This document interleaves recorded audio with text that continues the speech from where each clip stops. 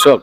আমাৰ বৰ্তমানৰ চৰকাৰখনে বহুখিনি কাম কৰিছে স্বেচ্ছাচাৰিতাভাৱে বিৰোধীক কোনো গণ্যই কৰিব নিবিচাৰে আজি এটা স্পষ্ট উদাহৰণ অসমৰ বিভিন্ন জিলাৰ লগতে নাজিৰাবাসীয়েও পাব যে যিটো কাম প্ৰয়াত অসমৰ মুখ্যমন্ত্ৰী নাজিৰাক প্ৰতিনিধিত্ব কৰা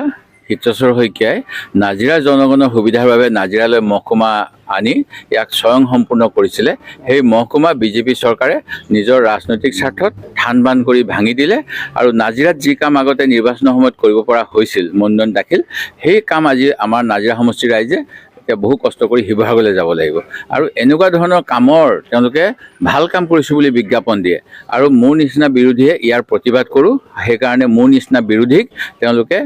বিৰোধীমুক্ত অসম কৰিবলৈ বুলি অপচেষ্টা কৰে সেই গতিকে চৰকাৰৰ ভুল কাম আঙুলিয়াই দিবলৈ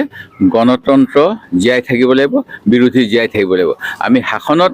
আহি ৰাইজৰ সেৱা কৰিবলৈ চেষ্টা কৰিম ৰাইজে আশীৰ্বাদ দিলে আমি নিশ্চিতভাৱে অসমৰ জনগণক সেৱা কৰিম অসমৰ ৰাইজে যেনেধৰণে বিচাৰিছে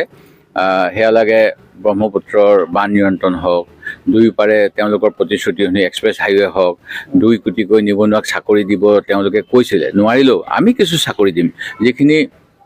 এই বিজেপি চৰকাৰে কৰা নাই আৰু ঠিক তেনেকৈ আমাৰ অসমীয়াৰ স্বাভিমান ৰাখিবলৈ যত্ন কৰিম অসমীয়া মাধ্যমৰ বিদ্যালয়বিলাক আমি চলাবলৈ যত্ন কৰিম আমাৰ মহিলাসকলক আজি কোনো কাম নকৰাকৈ তেওঁলোকে 1500 টকাকৈ দিয়ে কিন্তু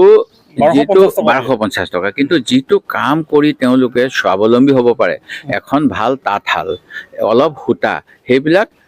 আমাৰ চৰকাৰে ভোট কিনিবলৈ দিয়া বুলি কৈ অসমীয়া নাৰীৰ আত্মনিৰ্ভৰতা ধ্বংস কৰিছে এই চৰকাৰখনে আজি তেওঁলোকে বহুত ঢাক ঢোল বুজালে আমি গামোচা কিনিম আমাৰ নাজিৰাত ইমান শিপিনী আছে আমাৰ প্ৰয়াত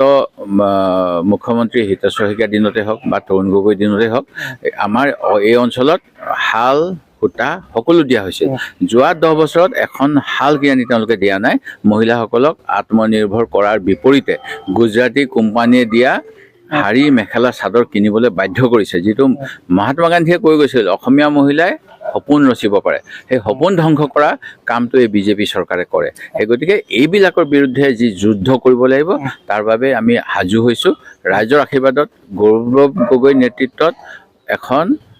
জাতীয় পৰিষদ ৰাইজৰ দল CPI CPIML CPM সকলোৱে মিলি এখন চৰকাৰ কৰিম বিজেপিৰ বিৰুদ্ধে আৰু তাৰ বাবে মোৰ দৰে বিধায়কক মই আশা কৰোঁ নাজিৰাৰ ৰাইজে আশীৰ্বাদ কৰিব যেহেতু আপুনি নাজিৰাৰ পৰা বিশেষভাৱে প্ৰতিদ্বন্দ্বিতা আগবঢ়াইছে বিজেপি দলৰ ময়ূৰ বৰগোহাঁই কেনেধৰণে প্ৰতিহত কৰিব পাৰিব আৰু লগতে আৰু এটা কথা সুধিব বিচাৰিম যিহেতু বাগান অঞ্চলৰ যিসমূহ ভোটাৰ আছে তেখেতলোক কেনেধৰণে আকৃষ্ট চৰকাৰখনে ইস্তাহাৰখন জুমলা বুলি গণ্য কৰে আমি ইস্তাহাৰখনক পবিত্ৰ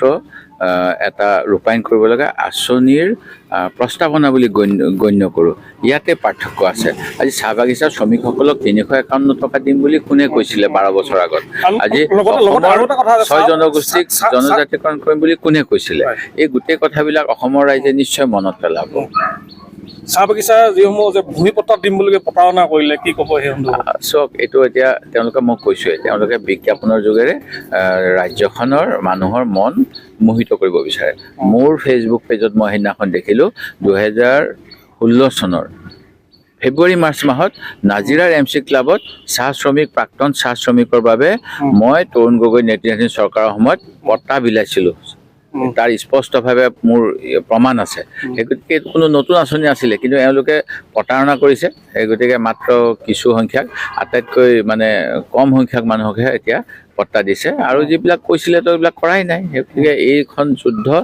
অকল সেই কথাই নহয় অসমৰ স্বাভিমান জুবিন গাৰ্গৰ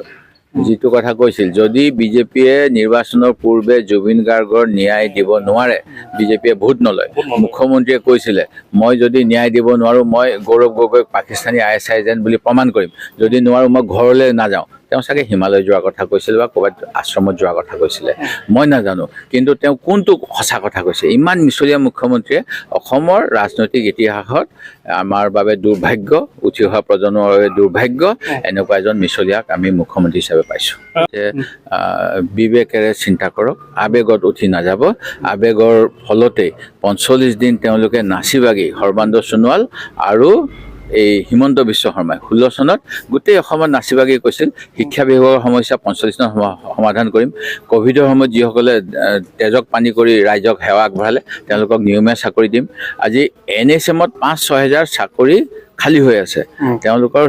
কৰ্মীসকলক অন্য ৰাজ্যত ৰেগুলাৰ কৰিলে, কিন্তু তেওঁলোকৰ কথা ভবা নাই। অসমত অসমীয়া মাধ্যমৰ স্কুলবিলাকক ধ্বংস কৰি আমাৰ ওপৰত এক জাতি, এক ভাষা, এক ধৰ্মৰ নামত আমাৰ যিবিলাক জনজাতি, আমাৰ নিজৰ পৰিচয়, এই পৰিচয় ধ্বংস কৰাৰ ক্ষেত্ৰত এটা ষড়যন্ত্ৰ RSSৰ দ্বাৰা অসমত চলি আছে। আৰু ইয়াৰ মূল হোতা হ'ল ডক্টৰ হিমন্ত বিশ্ব শৰ্মা।